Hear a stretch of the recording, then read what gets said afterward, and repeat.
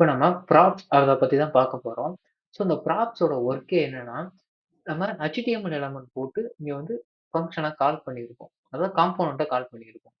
இந்த காம்போனன்ட்ல நம்ம ஏதாவது ஒரு ஸோ ஜஸ்ட் நம்ம கால் பண்ணி டிஸ்ப்ளே மட்டும் பண்ண முடியாது ப்ரோகிராம்ல. ஸோ நம்ம வந்து ஏதாவது ஒரு வேல்யூவ பாஸ் பண்ணி அங்க ஸ்டோர் பண்ணி இங்க எடுத்துட்டு வரப்போறோம். அதாவது app.js வழியா ஒரு வேல்யூவ ஸ்டோர் பண்ணி bike.jsக்கு அனுப்பி அங்கிருந்து ஒரு கன்டென்ட்ட டிஸ்ப்ளே பண்ணி இங்க எடுத்துட்டு வரப்போறோம். ஸோ அது பேர் தான் ப்ராப்ஸ். ப்ராப்ஸ்னா ஒண்ணும் இல்ல HTML எலிமெண்ட் இந்த எலிமெண்ட்டுக்குள்ள ஒரு ஆட்ரிபியூட்ல நம்மளோட வேல்யூவ ஸ்டோர் பண்ணி bike.jsக்கு அனுப்ப போகுது. bike.js அந்த வேல்யூ எடுத்து அத ஏதாவது யூஸ் பண்ணிட்டு நமக்கு அனுப்ப போகுது. ஸோ அது எப்படி அனுப்பலாம்னு பார்ப்போம் வாங்க. இது லாஸ்ட் வீடியோட கன்டினியூஷன். லாஸ்ட் வீடியோ பார்க்கலன்னா டிஸ்கிரிப்ஷன் லிங்க் குடுக்குறேன். கார்ட்லயும் குடுக்குறேன். சரி மறக்காம பார்த்துட்டு இத பாருங்க. அப்பதான் புரியும்.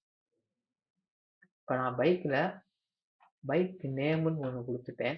பைக்கோட நேம் வந்து Yamaha அப்படின்னு குடுத்துட்டேன். இங்க ஆல்ரெடி bike.js இருக்கு. நான் இங்க என்ன பண்றேன்? பைக் நேம் இஸ் அப்படின்னு போட்டு, இப்ப நம்ம அந்த பைக்ல நேம்ங்கிற ஒரு ஆட்ரிபியூட்ல Yamahaன்னு ஒரு வேல்யூவா அனுப்பியிருக்கோம். இந்த நேம்ங்கிற ஆட்ரிபியூட்ட இங்க அனுப்பும்போது, இந்த ஃபங்ஷனுக்குள்ள ப்ராப்ஸ் அப்படின்னு ஒரு ஆப்ஜெக்ட் வரும். ஸோ அந்த ப்ராப்ஸ்ல தான் நம்மளோட எல்லா ஆட்ரிபியூட்ஸும் ஸ்டோர் ஆயிருக்கும் வேல்யூவோட.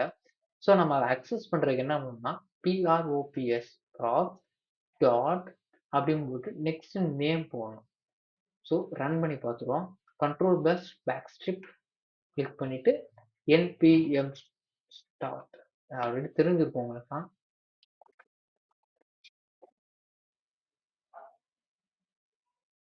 Okay bike name is Yamaha 2 தடவை காட்டுறதுக்கு காரணம் என்னன்னா, இங்க நம்ம index.jsல 2 தடவை ஆப்ப கால் பண்ணியிருக்கோம்.